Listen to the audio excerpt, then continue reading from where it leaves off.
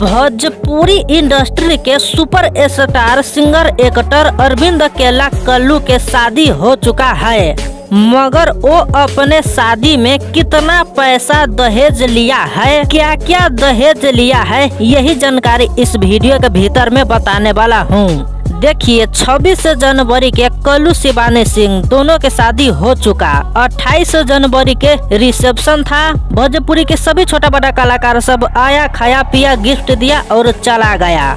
अब बात आती है कल्लू अपने शादी में अपने ससुर जी से कितना पैसा दहेज लिया है और क्या क्या चीज दहेज में लिया है। तो देखिए कल्लू अपने शादी में एक भी पैसा दहेज नहीं लिया है। सामान की बात रह गया तो कल्लू अपने मुंह से कोई सामान नहीं लिया है। कल्लू के ससुर अपने इच्छा से जो जुरा मिला वो चीज दिया, मगर कर चाप लगाकर कल्लू एक भी चीज नहीं लिया है। खुशी से जितना दिया उतना ले लिया, मगर जबरदस्ती से कोई दहेज नहीं लिया, कोई चीज नहीं लिया।